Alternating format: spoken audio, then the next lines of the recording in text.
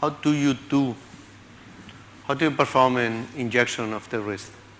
Probably 20 methods here. Which is your approach to the wrist? Dorsal? Dorsal? And where? Dorsal?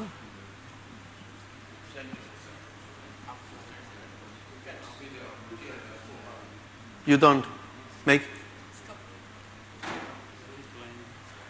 So we can see the possible approaches, and then we try to make an examination also.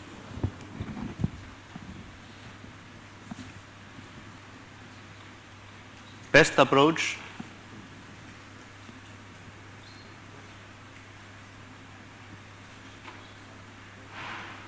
Transduce in the long axis, injecting in plane. In the long axis, injecting out of plane. In the short axis, in plane. In the short axis, out of plane. Three. 3.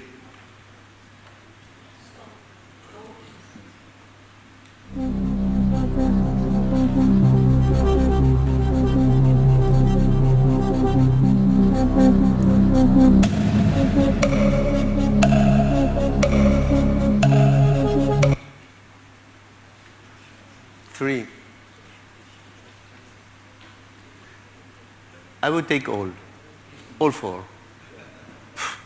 I don't know which is better. It depends on the day, on the patient, on the recess. You can take really all.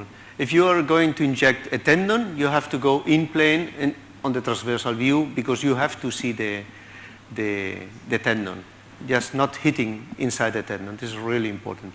But for the wrist, you can go through the ulnar recess, you can go out of plane between the third and fourth compartment, you can go out of plane between the fourth and the fifth, you can go in plane from radial, you can go from in plane from ulnar, doesn't matter. It's really where you find a little recess that's better.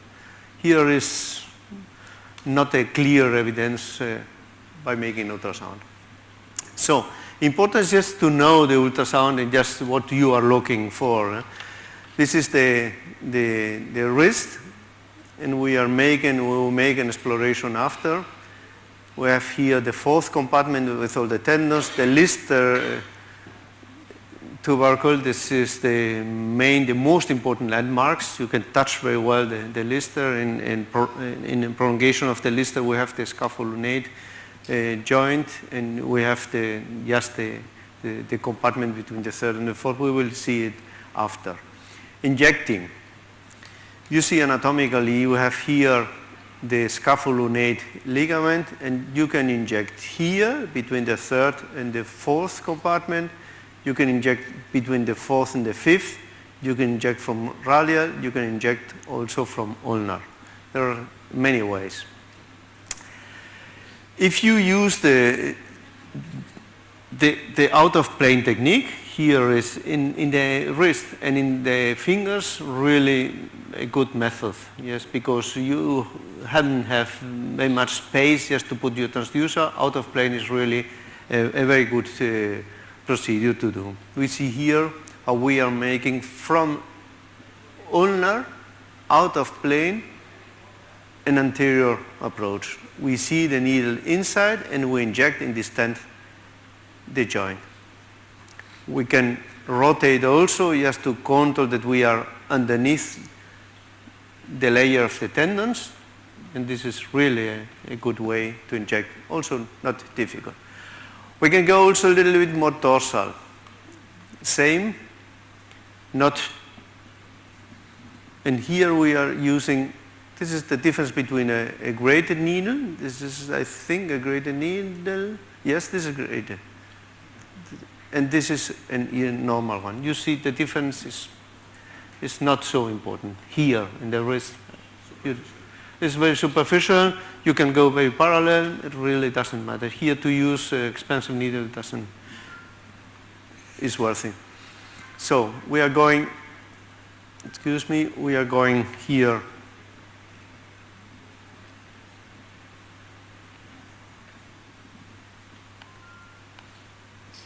We are going here from dorsal approach, close to the fourth compartment, from ulnar or from radial.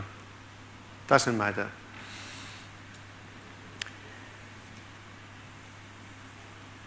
Thumb-based osteoarthritis, really, it's the same like AC joint, really very superficial, not easy to inject, despite it's really very superficial. How to do it?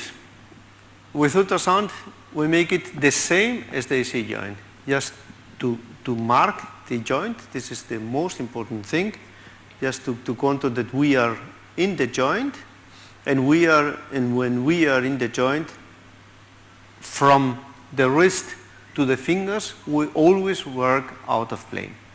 Because the transducer is too long, you don't have space just to make it in plane. It's really too far.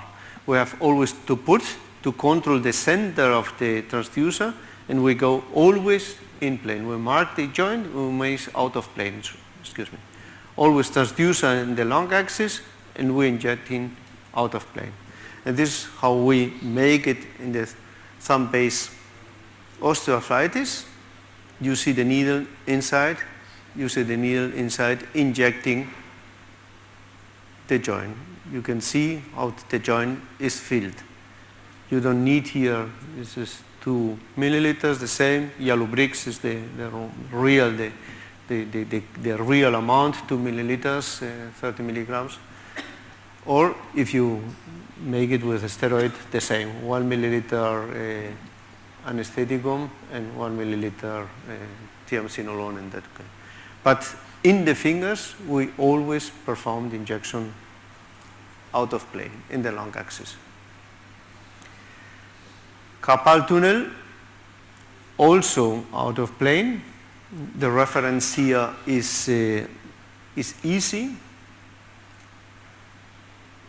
We have to control the acoustic shadow of the first row, the proximal row of the scaphoid, the acoustic shadow of the pisiform, the convex first row of the retinaculum, of the flexor retinaculum, and beneath the retinaculum, this is the distal row between the trapezium and the hook of the hamate, and the flat retinaculum. The proximal row is really convex, the distal row is really very flat. We have to control the median nerve. And we have controlled the median nerve and also the ulnar nerve. We mark it, and in this way we make out of plane our injection.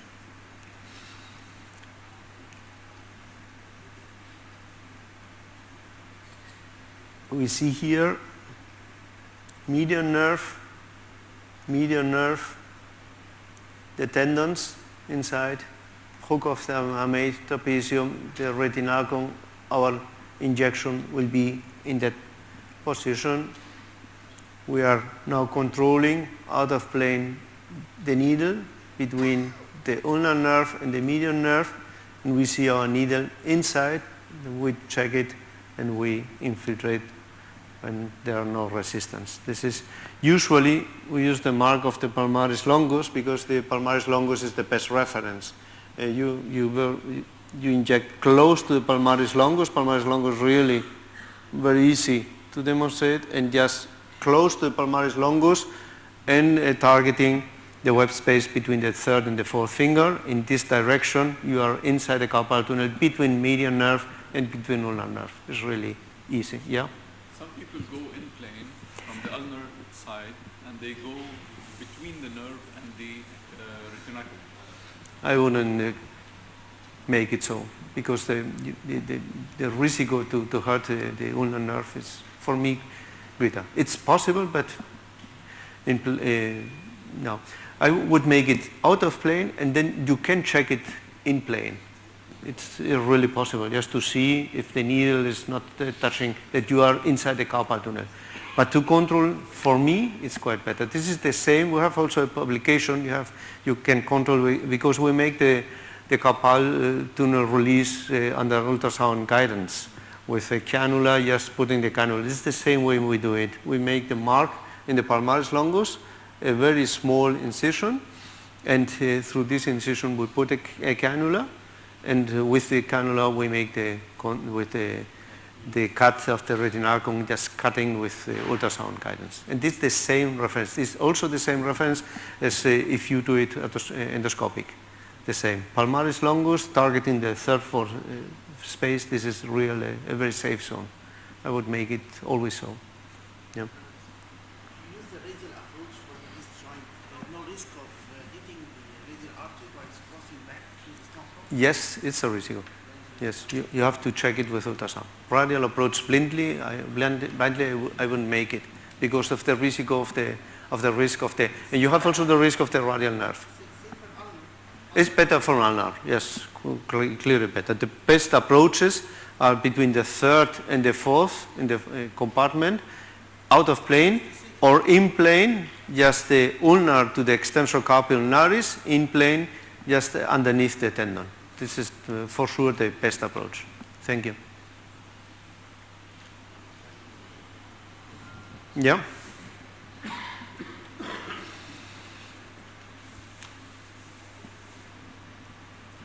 Here we are injecting PIP. You see how it feels. In the long axis we have inject out of plane, and we see how the medicament is just feeling the joint. Also 1 cc would be enough there. And always in the fingers to put the transducer and to inject out of plane. This is the way. You have in the transducer very often, I don't know if this machine has, no, it hasn't. It's a mark in the middle of the transducer.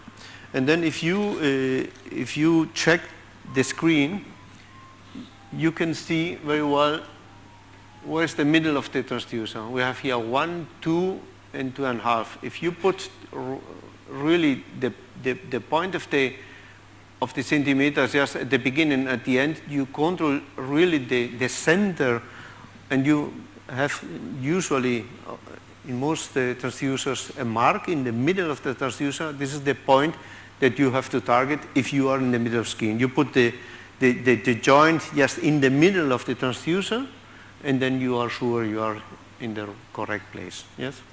This is the way we make almost all the injections in the fingers, and also mostly in the wrist.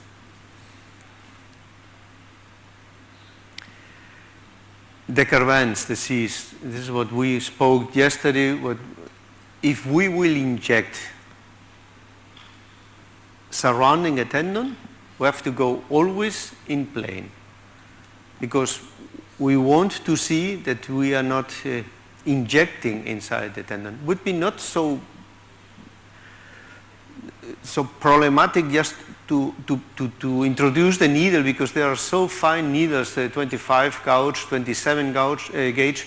You can also go through the tendon, but the problem is not to inject inside the tendon. You have to be really sure that we are injecting in the sheath of the tendon. You see, we are here.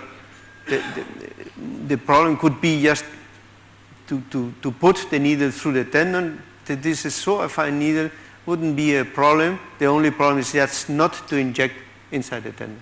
Okay, but you have to see how the sheath is filled with your medicament, and this is why we make always the peritendinous approaches in this way, in the transverse, in the short axis, and transverse perpendicular to the tendon always, and then injecting in plane.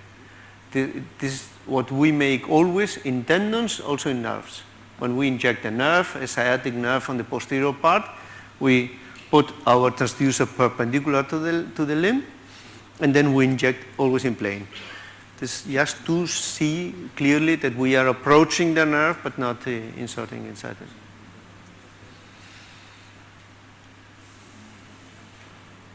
And this was, and we can discuss, we have 30 minutes to discuss and to play with the models. Yes?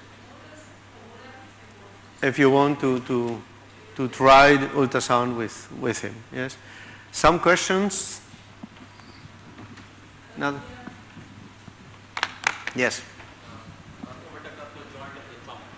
Yes. Entry point of the injection, say for Entry point is volar usually. I put the transducer on the dorsal part of the joint and I inject it out of plane, long axis, out of plane. If possible, if the nurse or someone stretch the finger and just injecting out of plane. But the most helpful tool is just to control really where the joint is with the ultrasound. You have to mark the joint and then you inject out of plane. Trigger finger. Trigger finger. It's really a discussion of the trigger finger. So for the trigger finger, there are no clearly evidence to inject inside the sheath or outside the sheath.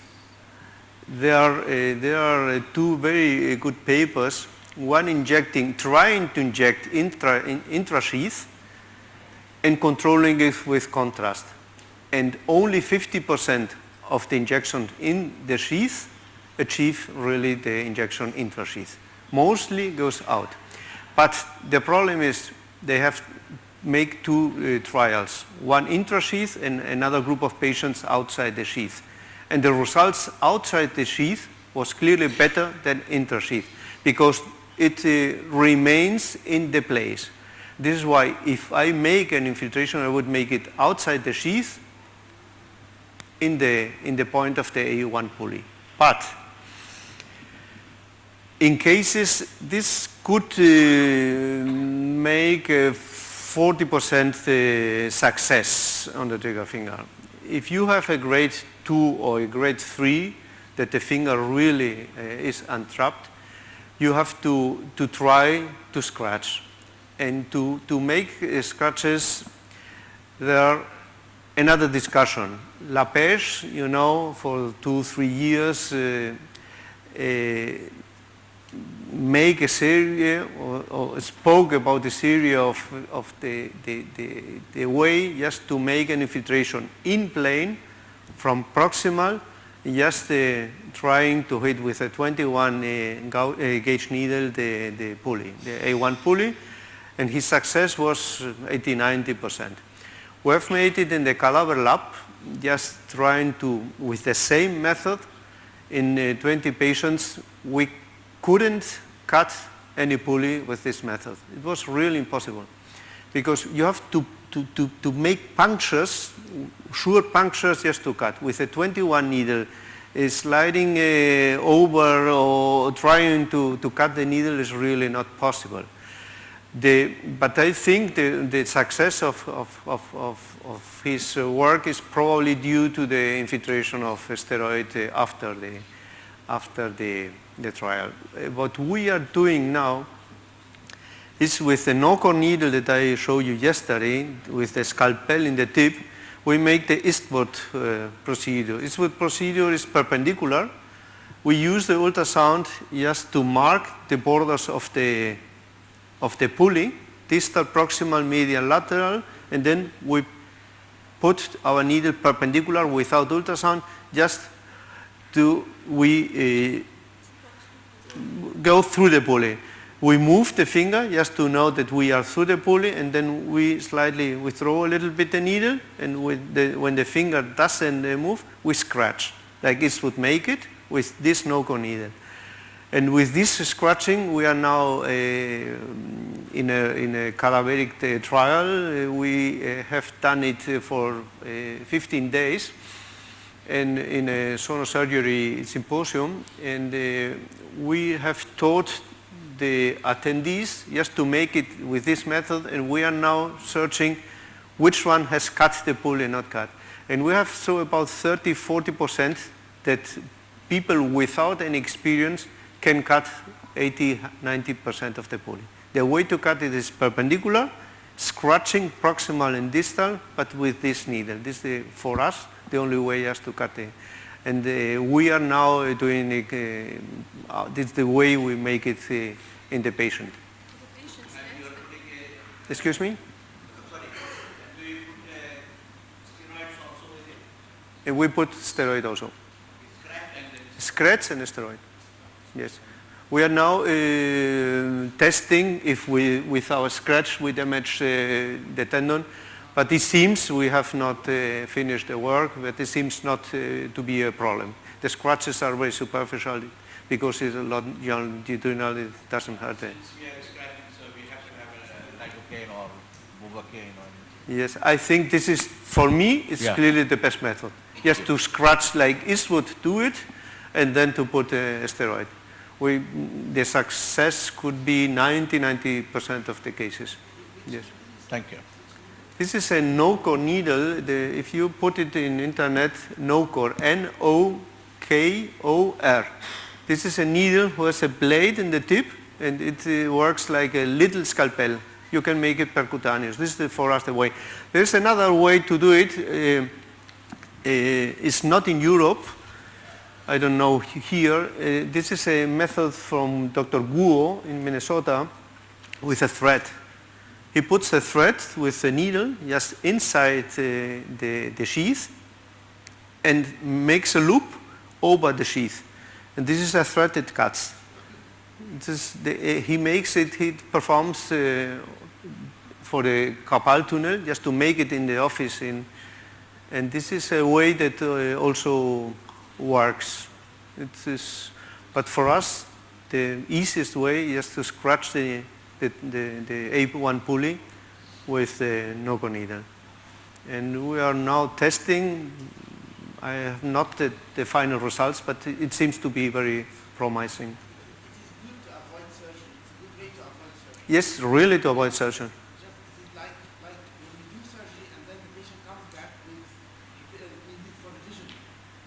If the pulley was not fully released, so it would be the same without scratches. The same.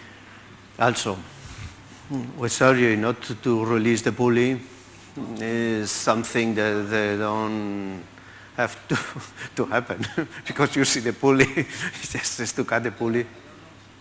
Yes? No, if you... Yes? It's not very... It's more a problem of the diagnostic that the diagnosis was not very correct that by cutting the A1 pulley. So you have sometimes really concerns about is this the A1 or it begins the A2, where is the beginning was the end of the A1 and the beginning of the A2, but the A2 pulley is 2.5 centimeters, really very long. I'm sure, and when you make the, but what we are trying is to avoid surgery, you know. Excuse me. Capsular stiffness will prevent us from releasing fully in a long-standing case of trigger finger in an elderly person. So that might be the reason. Could be. This is then a problem from the diagnosis, not a problem from the surgery, you know. Because if this is a real trigger finger, it should be released, and you can see it well with an ultrasound to see the pulley. If in an elderly or 50 or 50 plus years patients who come with a persistent triggering maybe more than 6 months to 1 year duration, in that range, even though we release the pulley completely, because of the secondary changes happening in the capsular in between the joints, they may not be effective. We have operated one patient and we have operated a trigger finger in the thumb, and the patient after 2-3 days told us it's the same. It could, you could see it really for many years. But If you diagnose it, that this is the problem. then we tell them that partially you may be benefited with the symptoms, go ahead with the release. Yes, this was a mistake. We make the trigger was a real trigger. We have cut the pulley. 1 week after, patient, doctor. The first you think is the pulley is not released. We have operated the patient after 1 month again. It's really a problem. The doctor has cut only partial the tear. We have released it second time. The patient after 1 week says it doesn't work. I have the same problem. And then we put the ultrasound and we see that the problem was here in an adherence of the thumb. Yeah, this is you have to control if you cut the pulley, it's really not released. Could be another problem there. Excuse me. Sometimes it's advised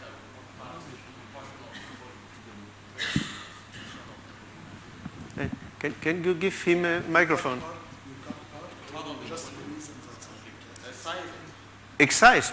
No, if you cut, it's not a problem. If you cut the pulley, really cut, it opens so much, it doesn't make a fibrous tissue that no, it doesn't regenerate the pulley. No, you can excise if you want, because if you cut the pulley, it doesn't work. I would excise, but it's really not the problem. I don't think so. It's, if you release the pulley correct, you can excise or not excise, it's the same. I excise the pulley when I operate because I want to be so sure as possible, but I think you don't need it, really. Yes, excuse me.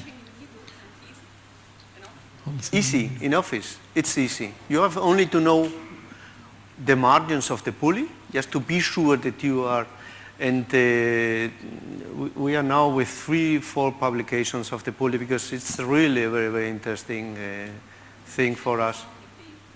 No, the patients is in the office. We make it in the office. In the office it's quite better to make it because you make it under anestheticum and you say to the patient, just move, and you have to see if this is released because the trigger ends. It's not painful while doing the scratching. It's not painful. You have to make it an anesthesia, local anesthesia. Yes, you make local anesthetic direct there, and then you scratch. You have to wait for sure 3-4 minutes. Yes. If not, it's not possible. Yes, excuse me. If you choose to inject the either outside the shield or inside the shield, what type of medication you use? Hyaluronic acid with steroids or each separately? I inject steroids. Steroids only? Steroids only. You don't use hyaluronic acid? No, not in the trigger finger.